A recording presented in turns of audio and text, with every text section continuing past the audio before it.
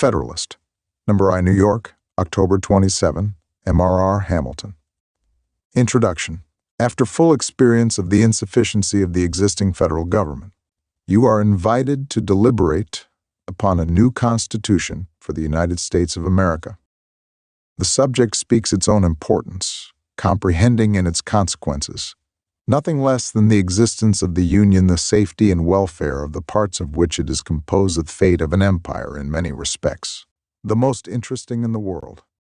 It has been frequently remarked that it seems to have been reserved to the people of this country to decide by their conduct and example the important question whether societies of men are really capable or not of establishing good government from reflection and choice, or whether they are forever destined to depend for their political constitutions on accident and force. If there be any truth in the remark, the crisis at which we are arrived may with propriety be regarded as the period when that decision is to be made, and a wrong election of the part we shall act may, in this view, deserve to be considered as the general misfortune of mankind. This idea, by adding the inducements of philanthropy to those of patriotism, will heighten the solicitude which all considerate and good men must feel for the event. Happy will it be if our choice should be directed by a judicious estimate of our true interests, uninfluenced by considerations foreign to the public good. But this is more ardently to be wished for than seriously to be expected. The plan offered to our deliberations affects too many particular interests, innovates upon too many local institutions, not to involve in its discussion a variety of objects extraneous to its merits and of views, passions, and prejudices, little favorable to the discovery of truth. Among the most formidable of the obstacles which the new Constitution will have to encounter may readily be distinguished the obvious interest of a certain class of men in every state to resist all changes which may hazard a diminution of the power, emolument, and consequence of the offices they hold under the state establishments, and the perverted ambition of another class of men who will either hope to aggrandize themselves by the confusions of their country, or will flatter themselves with fairer prospects of elevation from the subdivision of the empire into several partial confederacies than from its union under one government. It is not, however, my design to dwell upon observations of this nature.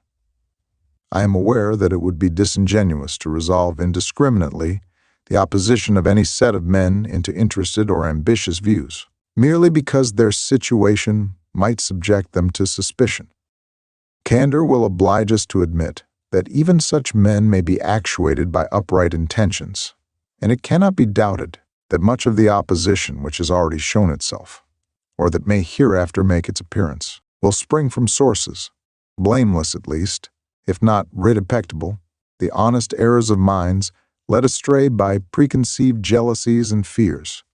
So numerous indeed, and so powerful are the causes, which serve to give a false bias to the judgment, that we, upon many occasions, see wise and good men on the wrong, as well as on the right side of questions, of the first magnitude to society. This circumstance, if duly attended to, would always furnish a lesson of moderation to those who are engaged in any controversy, however well persuaded of being the right. And a further reason for caution in this respect might be drawn from the reflection. We are not always sure that those who advocate the truth are actuated by purer principles than their antagonists. Ambition, avarice, personal animosity, party opposition, and many other motives, not more laudable than these, are apt to operate as well upon those who support as upon those who oppose the right side of a question. There not even these inducements to moderation, nothing could be more ill-judged than that intolerant spirit which has, at all times, characterized political parties. For in politics as in religion, it is equally absurd to aim at making proselytes by fire and sword. Heresies in either can rarely be cured by persecution.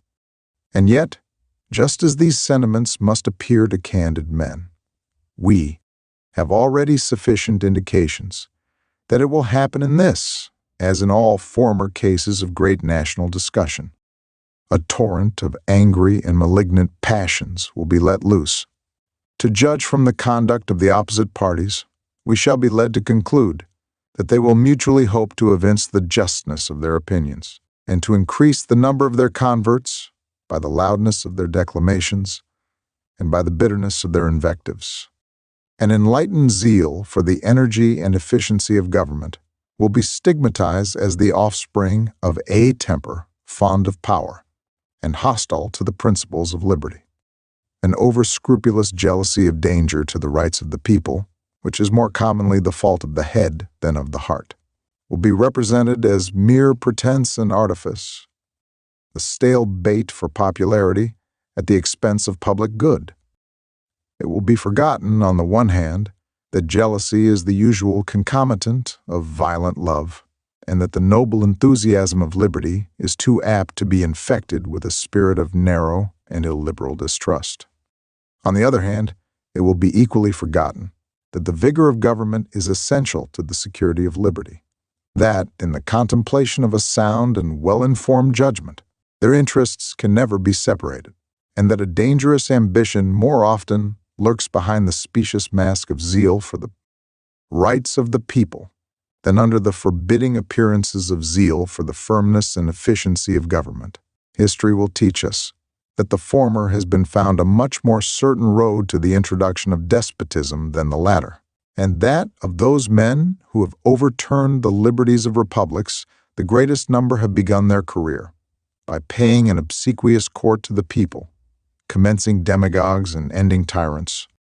In the course of the preceding observations, it has been my aim, fellow citizens, to put you upon your guard against all attempts, from whatever quarter, to influence your decision in a matter of the utmost moment to your welfare, by any impraised science other than those which may result from the evidence of truth.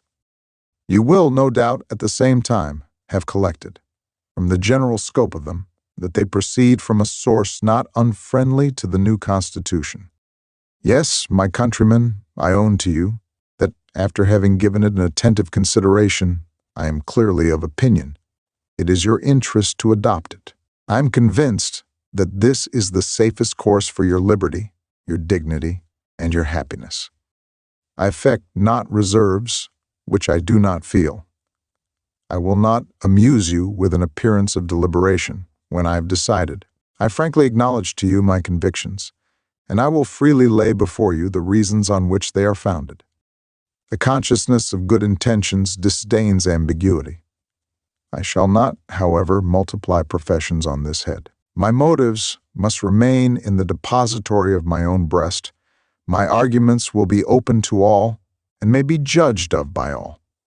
They shall at least be offered in a spirit which will not disgrace the cause of truth. I propose, in a series of papers, to discuss the following interesting particulars: the utility of the Union to your political prosperity, the insufficiency of the present Confederation to preserve that Union, the necessity of a government, at least equally energetic with the one proposed, to the attainment of this object, the conformity of the proposed Constitution to the true principles of republican government, its analogy to your own state constitution, and lastly, the additional security which its adoption will afford to the preservation of that species of government, to liberty, and to property. In the progress of this discussion, I shall endeavor to give a satisfactory answer to all the objections which shall have made their appearance that may seem to have any claim to attention. It may perhaps be thought superfluous to offer arguments to prove the utility of the Union, a point, no doubt, deeply engraved on the hearts of the great body of the people in every state, and one which, it may be imagined, has no adversaries.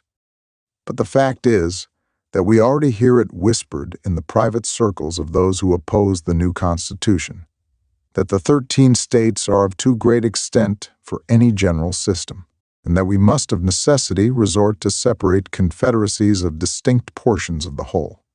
This doctrine will, in all probability, be gradually propagated, till it has votaries enough to countenance its open avowal. For nothing can be more evident, to those who are able to take an enlarged view of the subject, than the alternative of an adoption of the Constitution, or a dismemberment of the Union. It may therefore be essential to examine particularly the advantages of that union, the certain evils, and the probable dangers to which every state will be exposed from its dissolution. This shall accordingly be done. Publius. The same idea, tracing the arguments to their consequences, is held out in several or the late publications against the new Constitution. The Federalist. Number 2nd, New York, October 31st, 1787. J. Concerning dangers from foreign force and influence, when the people of America reflect that the question now submitted to their determination is one of the most important that has engaged, or can well engage, their attention. The propriety of their taking a very comprehensive, as well as a very serious view of it, must be evident. Nothing is more certain than the indispensable necessity of government, and it is equally undeniable that whenever and however it is instituted, the people must cede to it some of their natural rights in order to vest it with requisite powers. It is well worthy of consideration, therefore, whether it would conduce more to the interest of the people of America that they should, to all general purposes, be one nation under one federal government, than that they should divide themselves into separate confederacies and give to the head of each the same kind of powers which they are advised to place in one national government. It has until lately been a received and uncontradicted opinion that the prosperity of the people of America depended on their continuing firmly united, and the wishes, prayers, and efforts of our best and wisest citizens have been constantly directed to that object. But politicians now appear who insist that this opinion is erroneous, and that instead of looking for safety and happiness in union, we ought to seek it in a division of the states into distinct confederacies or sovereignties. How ever extraordinary this new doctrine may appear, it nevertheless has its advocates, and certain characters who were formerly much opposed to it are at present of the number. Whatever may be the arguments or inducements which have wrought this change in the sentiments and declarations of these gentlemen, it certainly would not be wise in the people at large to adopt these new political tenets without being fully convinced that they are founded in truth and sound policy. It has often given me pleasure to observe that independent America was not composed of detached and distant territories, but that one connected, fertile, wide-spreading country was the portion of our Western Sons of Liberty. Providence has in a particular manner blessed it with a variety of soils and productions, and watered it with innumerable streams for the delight and accommodation of its inhabitants. A succession of navigable waters forms a kind of chain round its borders, as if to bind it together, while the most noble rivers in the world, running at convenient distances, present them with highways for the easy communication of friendly aids, and the mutual transportation and exchange of their various commodities. With equal pleasure I have as often taken notice that Providence has been pleased to give this one connected country to one united people, a people descended from the same ancestors, speaking the same language, professing the same religion, attached to the same principles of government, very similar in their manners and customs, and who, by their joint counsels, arms, and efforts, fighting side by side throughout a long and bloody war, have nobly established their general liberty and independence. This country and this people seem to have been made for cash other, and it appears as if it was the design of Providence, that an inheritance so proper and convenient for a band of brethren, united to each other by the strongest ties, should never be split into a number of unsocial, jealous, and alien sovereign ties. Similar sentiments have hitherto prevailed among all orders and denominations of men among us. To all general purposes, we have uniformly been one people, each individual citizen everywhere enjoying the same national rights, privileges, and protection. As a nation, we have made peace and war. As a nation, we have vanquished our common enemies. As a nation, we have formed alliances and made treaties, and entered into various compacts and conventions with foreign states. A strong sense of the value and blessings of union induced the people, at a very early period, to institute a federal government to preserve and perpetuate it. They formed it. Almost as soon as they had a political existence, nay, at a time when their habitations were in flames, when many of them were bleeding in the field, and when the progress of hostility and desolation left little room for those calm and mature inquiries and reflections, which must ever precede the formation of a wise and well-balanced government for a free people. It is not to be wondered at that a government instituted in times so inauspicious should on experiment be found greatly deficient and inadequate to the purpose it was intended to answer. This intelligent people perceived and regretted these defects. Still continuing no less attached to union than enamored of liberty, they observed the danger, which immediately threatened the former and more remotely the latter, and being persuaded that ample security for both could only be found in a national government more wisely framed, they, as with one voice, convened the late convention at Philadelphia to take that important subject under consideration. This convention, composed of men who possessed the confidence of the people, and many of whom had become highly distinguished by their patriotism, virtue, and wisdom in times which tried the souls of men, undertook the arduous task.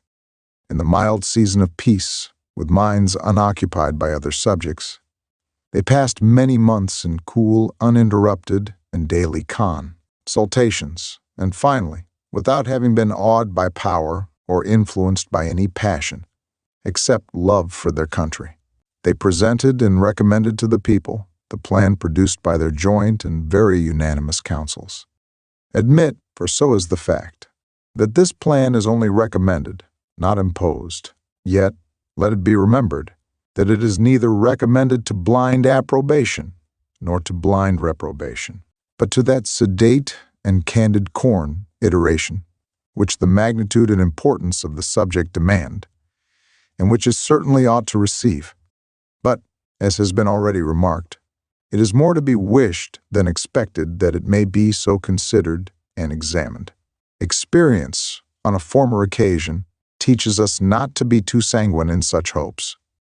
It is not yet forgotten that well-grounded apprehensions of imminent danger induced the people of America to form the memorable Congress of 1774. That body recommended certain measures to their constituents, and the event proved their wisdom. Yet it is fresh in our memories how soon the press began to teem with pamphlets and weekly papers against those very measures. Not only many of the officers of government who obeyed the dictates of personal interest, but others from a mistaken estimate of consequences, from the undue influence of ancient attachments, or whose ambition aimed at objects which did not correspond with the public good, were indefatigable in their endeavors to persuade the people to reject the advice of that patriotic Congress. Many indeed were deceived and deluded, but the great majority reasoned and decided judiciously, and happy they are in reflecting that they did so. They considered that the Congress was composed of many wise and experienced men, that being convened from different parts of the country, they brought with them and communicated to each other a variety of useful information, that in the course of the time they passed together in inquiring into and discussing the true interests of their country. They must have acquired very accurate knowledge on that head, that they were individually interested in the public liberty and prosperity, and therefore that it was not less their inclination than their duty to recommend such measures only, as after the most mature deliberation they really thought prudent.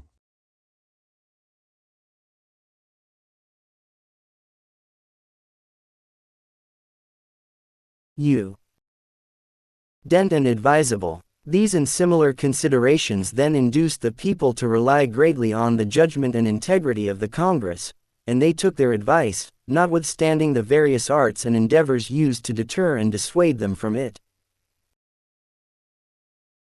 But if the people at large had reason to confide in the men of that Congress, few of whom had then been fully tried or generally known, still greater reason have they now to respect the judgment and advice of the Convention, for it is well known that some of the most distinguished members of that Congress, who have been since tried and justly approved for patriotism and abilities, and who have grown old in acquiring political information, were also members of this convention, and carried into it their accumulated knowledge and experience.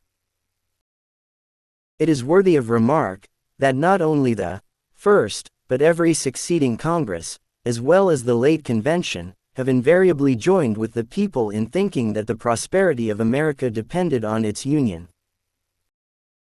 To preserve and perpetuate it, was the great object of the people in forming that convention, and it is also the great object of the plan which the convention has advised them to adopt.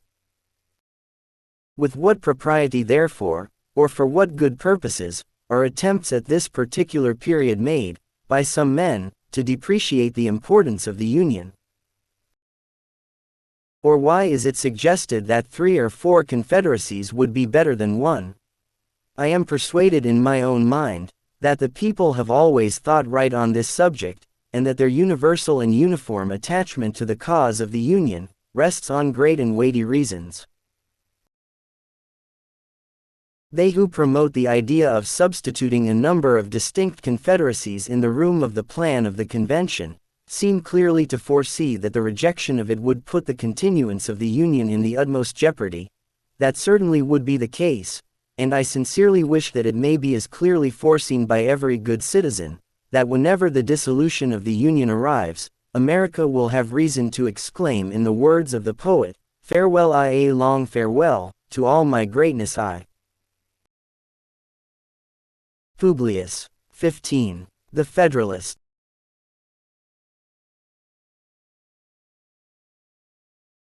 Well, hello there. My name is Mr. President.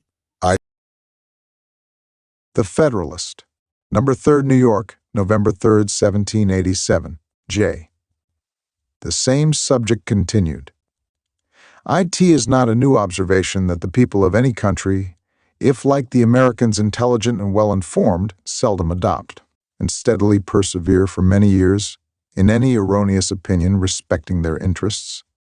That consideration naturally tends to create great respect for the high opinion, which the people of America have so long and uniformly entertained of the importance of their continuing firmly united under one federal government vested with sufficient powers for all general and national purposes.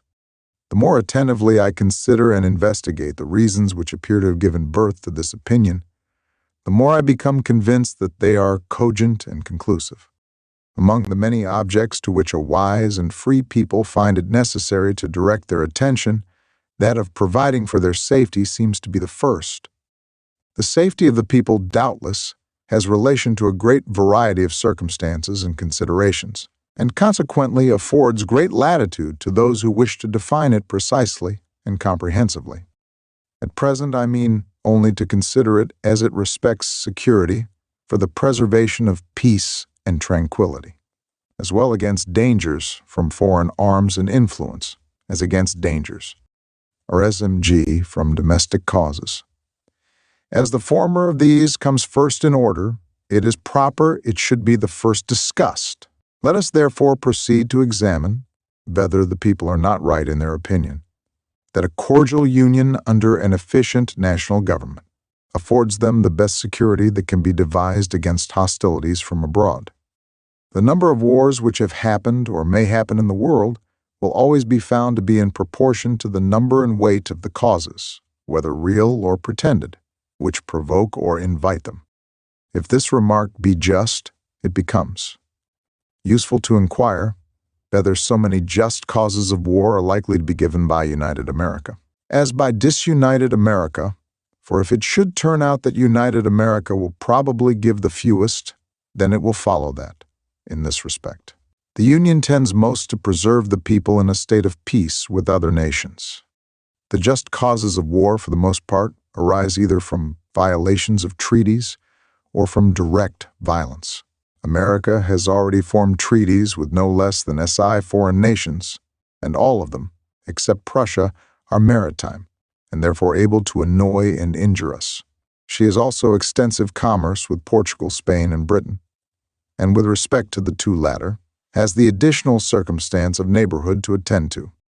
It is of high importance to the peace of America that she observe the law of nations towards all these powers. And to me it appears evident that this will be more perfectly and punctually done by one national government than it could be either by 13 separate states or by 3 or 4 distinct confederacies. For this opinion, various reasons may be assigned. When an efficient national government is established, the best men in the country will not only consent to serve, but will also generally be appointed to manage it. For although town or county or other contracted influence may place men in state assemblies or senates or courts of justice or executive departments, yet more general and extensive reputation for talents and other qualifications will be necessary to recommend men to offices under the national government, especially as it will have the widest field for choice and never experience that want of proper persons, which is not uncommon in some of the states.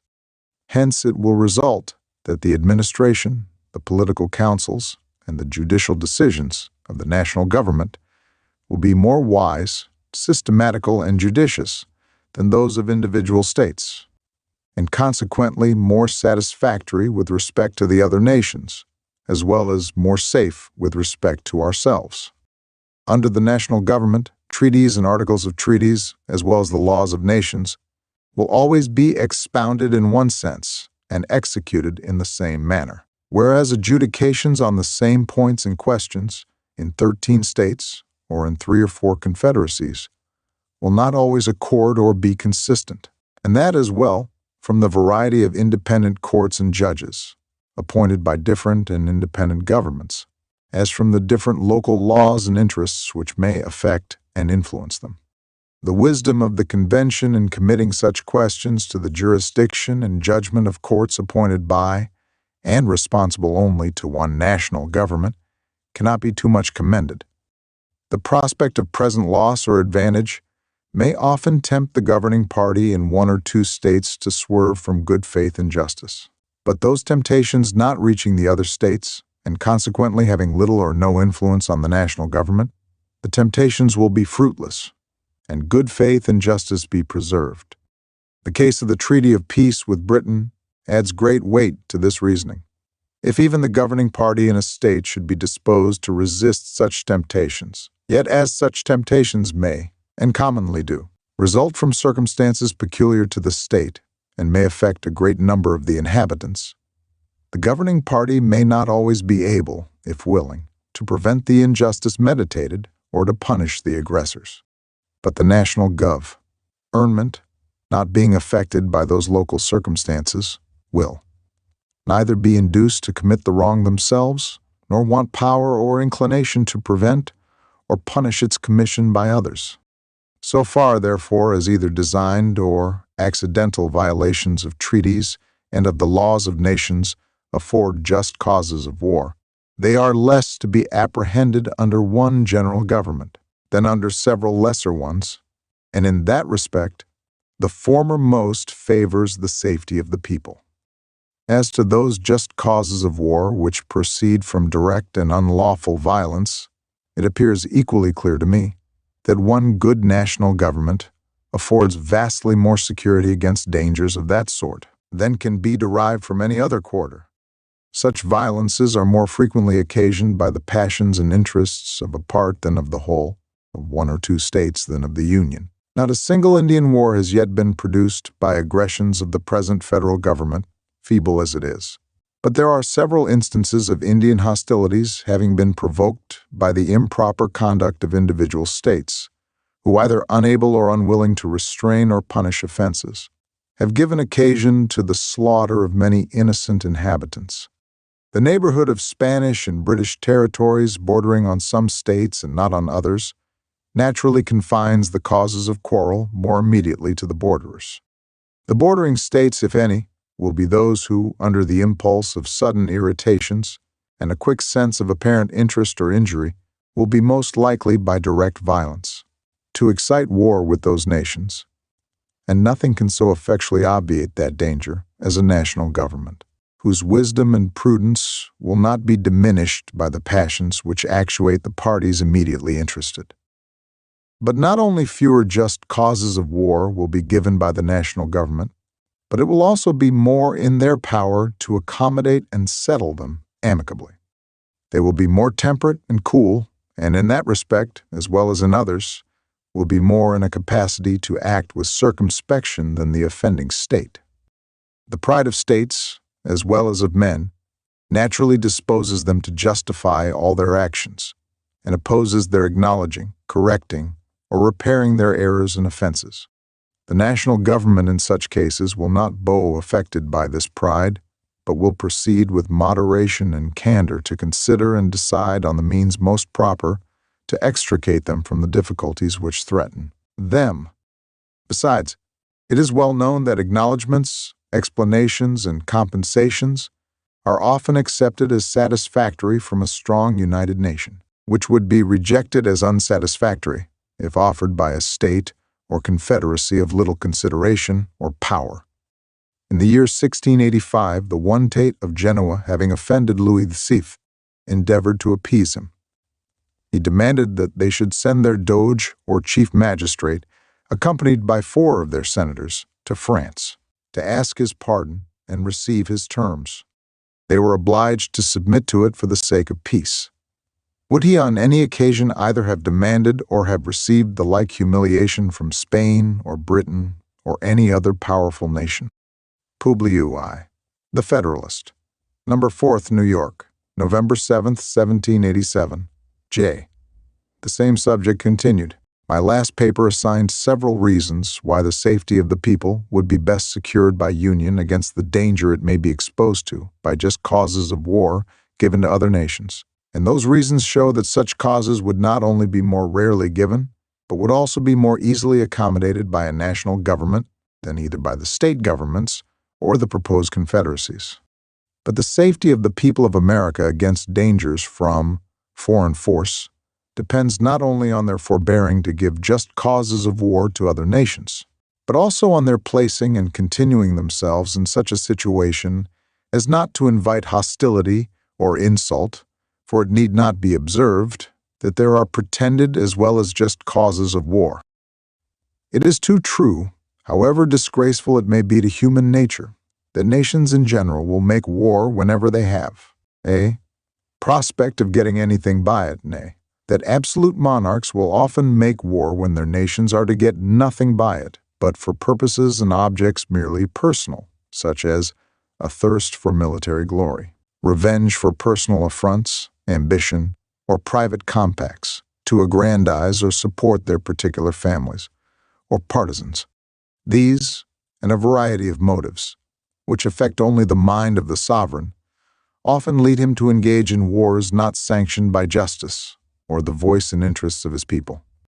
But independent of these inducements to war, which are most prevalent in absolute monarchies, but which well deserve our attention, there are others which affect nations as often as kings, and some of them will, on examination, be found to grow out of our relative situation and circumstances. With France and with Britain we are rivals in the fisheries, and can supply their markets cheaper than they can themselves, notwithstanding any efforts to prevent it by bounties on their own or duties on foreign fish. With them, and with most other European nations, we are rivals in navigation and the carrying trade, and we shall deceive ourselves if we suppose that any of them will rejoice to see these flourish in our hands. For as our carrying trade cannot increase without in some degree diminishing theirs, it is more their interest and will be more their policy to restrain than to promote it. In the trade to China and India, we interfere with more than one nation, inasmuch as it enables us to partake in advantages which they had in a manner monopolized, and as we thereby supply ourselves with commodities which we used to purchase from them. The extension of our own commerce and our own vessels cannot give pleasure to any nations who possess territories on or near this continent, because the cheapness and excellence of our productions, added to the circumstance of vicinity, and the enterprise and address of our merchants and navigators, will give us a greater share in the advantages which those territories afford, than consists with the wishes or policy of their respective sovereigns. Spain thinks it convenient to shut the Mississippi against us on the one side, and Britain excludes us from the St. Lawrence on the other, nor will either of them permit the other waters, which are between them and us, to become the means of mutual intercourse and traffic.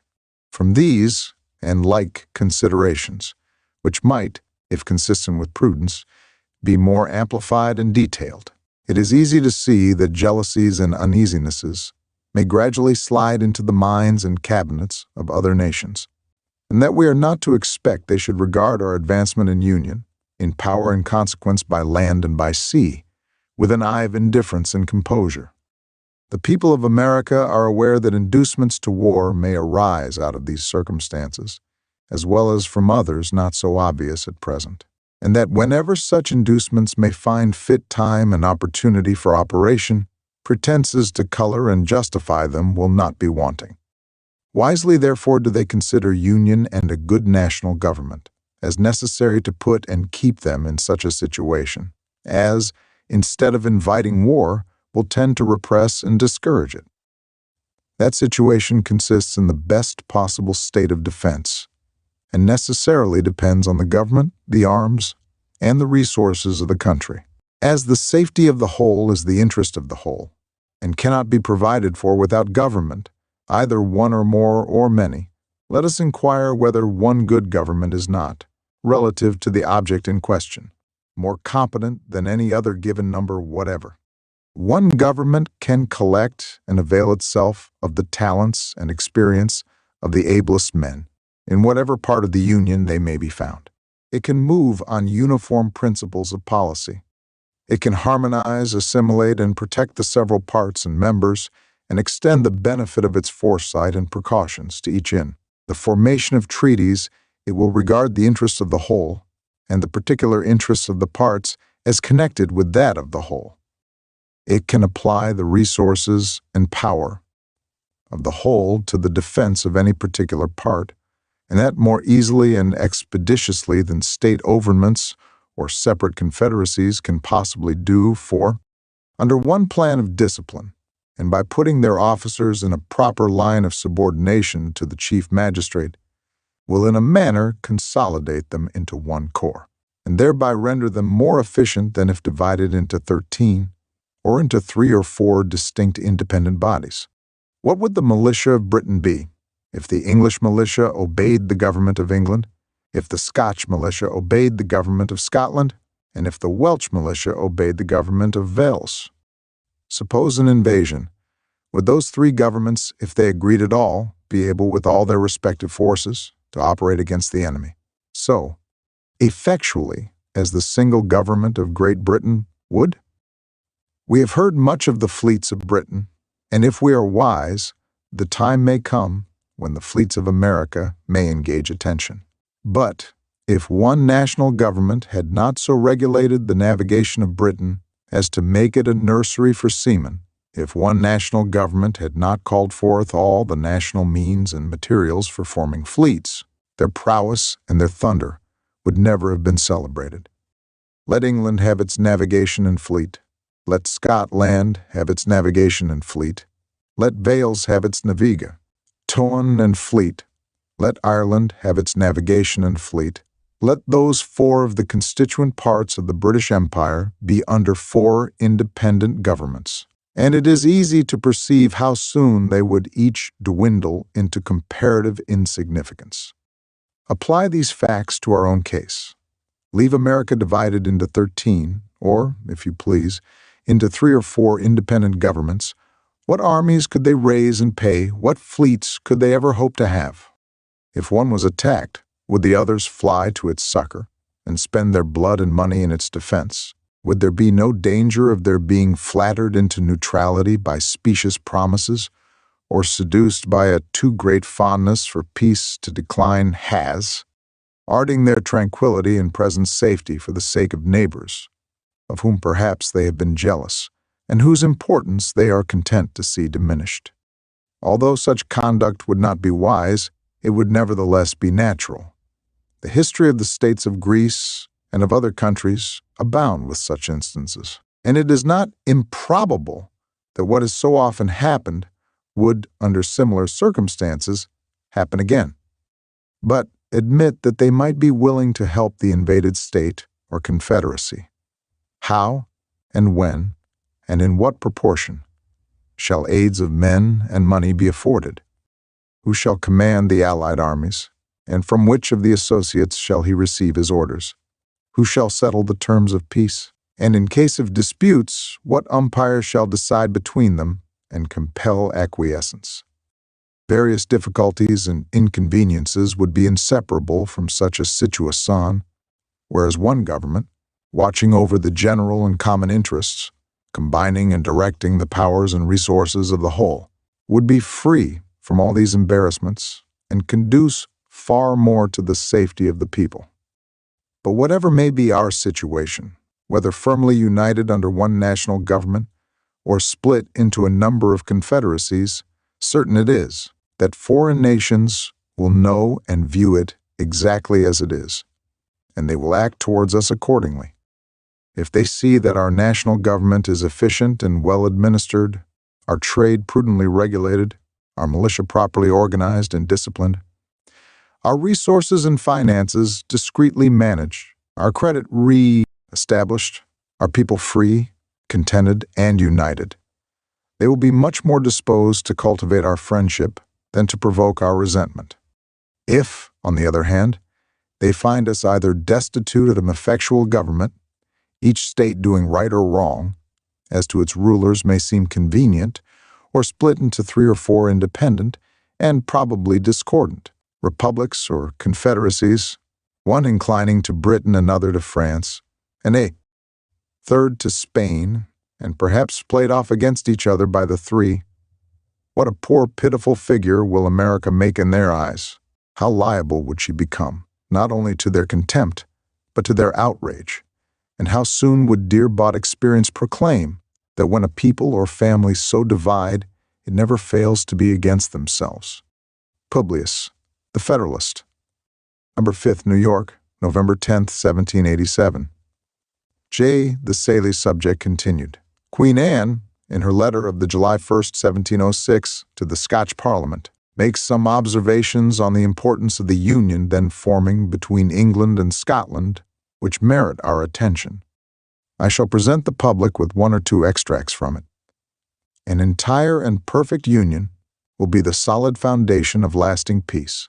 It will secure your religion, liberty, and property, remove the animosities amongst yourselves, and the jealousies and differences betwixt our 2 kingdoms. It must increase your strength, riches, and trade, and by T.S. union the whole island, being joined in affection and free from all apprehensions of different interests, will be enabled to resist all its enemies. We most earnestly recommend to you calmness and unanimity in this great and weighty affair, that the union may be brought to a happy conclusion, being the only effectual way to secure our present and future happiness, and disappoint the designs of our and your enemies, who will doubtless, on this occasion, use their utmost endeavors to prevent or delay this union. It was remarked in the preceding paper that weakness and divisions at home would invite dangers from abroad, and that nothing would tend more to secure us from them than union. Is copious and cannot easily be exhausted. The history of Great Britain is the one with which we are in general the best acquainted, and it gives us many useful lessons. We may profit by their experience without paying the price which it cost them. Although it seems obvious to common sense that the people of such an island should be but one nation, yet we find that they were for ages divided into 3, and that those 3 were almost constantly embroiled in quarrels and wars with one another. Notwithstanding their true interest, with respect to the continental nations, was really the same, yet by the arts and policy and practices of those nations, their mutual jealousies were perpetually kept inflamed, and for a long series of years they were far more inconvenient and troublesome than they were useful and assisting to each other. Should the people of America divide themselves into 3 or 4 nations, would not the same thing happen? Would not similar jealousies arise and be in like manner cherished? Instead of their being joined in affection and free from all apprehension of different interests, Envy and jealousy would soon extinguish confidence and affection in the partial interests of each confederacy. Instead of the general interests of all America would be the only objects of their policy and pursuits. Renee, like most other bordering nations, they would always be either involved in disputes and war or live in the constant apprehension of them. The most sanguine advocates for 3 or 4 confederacies cannot reasonably suppose that they would long remain exactly on an equal footing in point of strength, even if it was possible to form them so at first, but admitting that to be practicable. Yet what human contrivance can secure the continuance of such equality? Independent of those local circumstances, which tend to beget increased power in one part and to impede its progress in another, we must advert to the effects of that superior policy and good management, which would probably distinguish the government of one above the rest, and by which their relative equality in strength and consideration would be destroyed. Prudence and foresight would uniformly be observed by cash of these confederacies for a long succession of years. Whenever, and from whatever causes it might happen, and happen it would, that any one of these nations or confederacies should rise on the scale of political importance much above the degree of her neighbors. That moment would those neighbors behold her with envy and with fear. Both those passions would lead them to countenance, if not to promote, whatever might promise to diminish her importance, and would also restrain them from measures calculated to advance or even to secure her prosperity. Much time would not be necessary to enable her to discern these unfriendly dispositions. She would soon begin not only to lose confidence in her neighbors, but also to feel a disposition equally unfavorable to them. Distrust naturally creates distrust, and by nothing is good will and kind conduct more speedily changed than by invidious jealousies and uncandid imputations, whether expressed or implied. The North is generally the region of strength, and many local circumstances render it probable that the most northern of the proposed confederacies would, at a period not very far distant, be unquestionably more formidable than any of the others. No sooner would this become evident than the northern hive would excite the same ideas and sensations in the more southern parts of America, which it formerly did in the southern parts of Europe, nor does it appear to be a rash conjecture that its young swarms might often be tempted to gather honey in the more blooming fields and milder air of their luxurious and more delicate neighbors.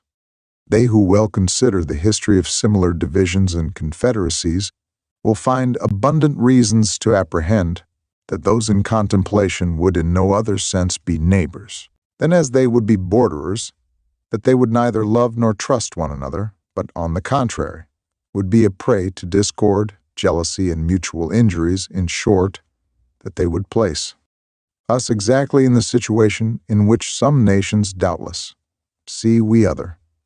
From these considerations, it appears that those persons are greatly mistaken who suppose that alliances offensive and defensive might be formed between these confederacies, which would produce that combination and union of wills, of arms, and of resources, which would be necessary to put and keep them in a formidable state of defense against foreign enemies.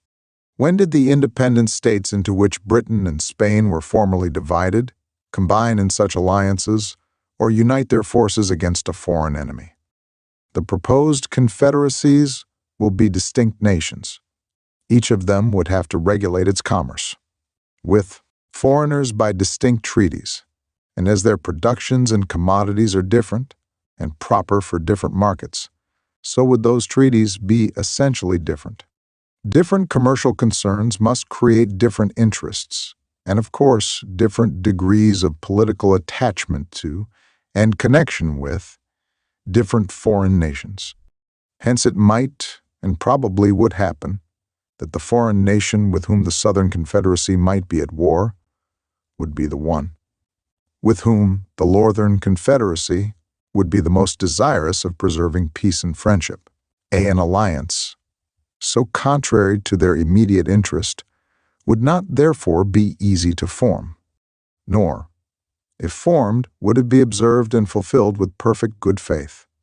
Nay, it is far more probable that in America, as in Europe, neighboring nations, acting under the impulse of opposite interests and unfriendly passions, would frequently be found taking different sides.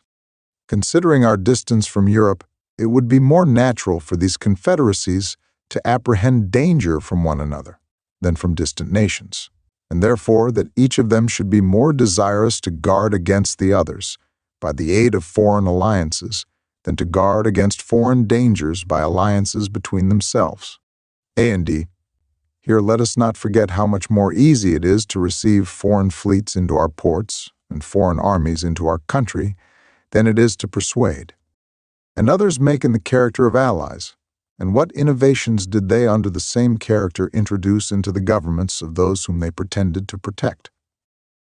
Let candid men judge then whether the division of America into any given number of independent sovereignties would tend to secure us against the hostilities and improper interference of foreign nations.